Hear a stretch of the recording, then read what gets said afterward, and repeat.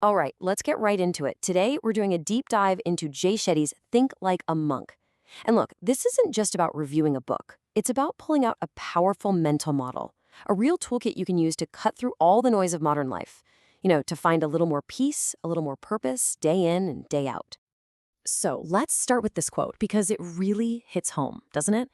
It points to this nagging feeling so many of us have, this constant sense of dissatisfaction.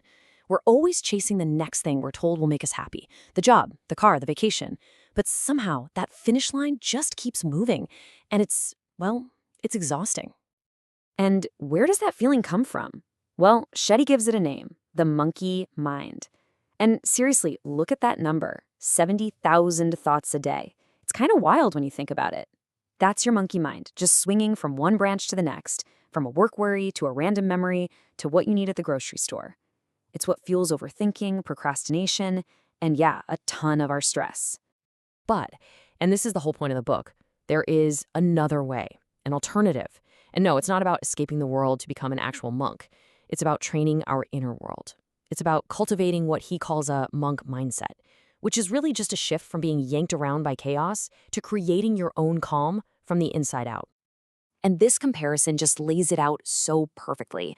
I mean, the difference is night and day. On one side, you have the monkey mind, anxious, reactive, totally driven by whatever notifications or drama is happening around you. But then look at the other side, the monk mind. It's calm, it's intentional, it's guided by your internal values. It's really the difference between being a leaf in the wind and being the one steering the ship.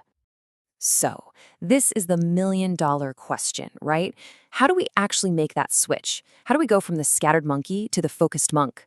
Well, it all starts with learning how to take the reins of your own mind, to stop being a passenger on a wild ride and start being the driver. To really help us get this, the book uses this incredible analogy that's been around forever, and it frames the whole challenge with this one simple question. How do you train the part of you that's supposed to be in control? And here it is. This visual is maybe one of the most important takeaways from our whole discussion today. So think of your body as the chariot. Your senses, what you see, hear, taste, they're the wild horses, always wanting to bolt after the next distraction. Now your mind holds the reins, but it's your intellect, the charioteer, that has to be awake at the wheel, actually steering with purpose. Because if that charioteer is asleep, those horses will drag you absolutely anywhere. So how do you wake up that charioteer? The book gives us two really foundational steps to start with. First, you've got to identify your values. You do that by creating a little space, some silence, some stillness, just to quiet all the noise so you can actually hear your own voice. And second, you have to practice detaching from all that negativity, the jealousy, the anger, all the things that spook the horses and pull you off track. Okay, so let's say you're in control of the chariot now. The charioteer is awake, you're holding the reins. But there's still a huge question. Where are you even going? Because a perfectly controlled chariot just driving in circles is still lost, right? This is where we get into the idea of dharma, finding your unique purpose, your destination. I love this little story. It just captures the idea of dharma so well. See, the monk isn't saving the scorpion to get a reward or to look like a good guy. He's doing it simply because it's his nature to save. And that's what dharma is. It's about acting in a way that's aligned with your truest self, even when it's hard or when other people don't get it. So how do you know if you're on the right path?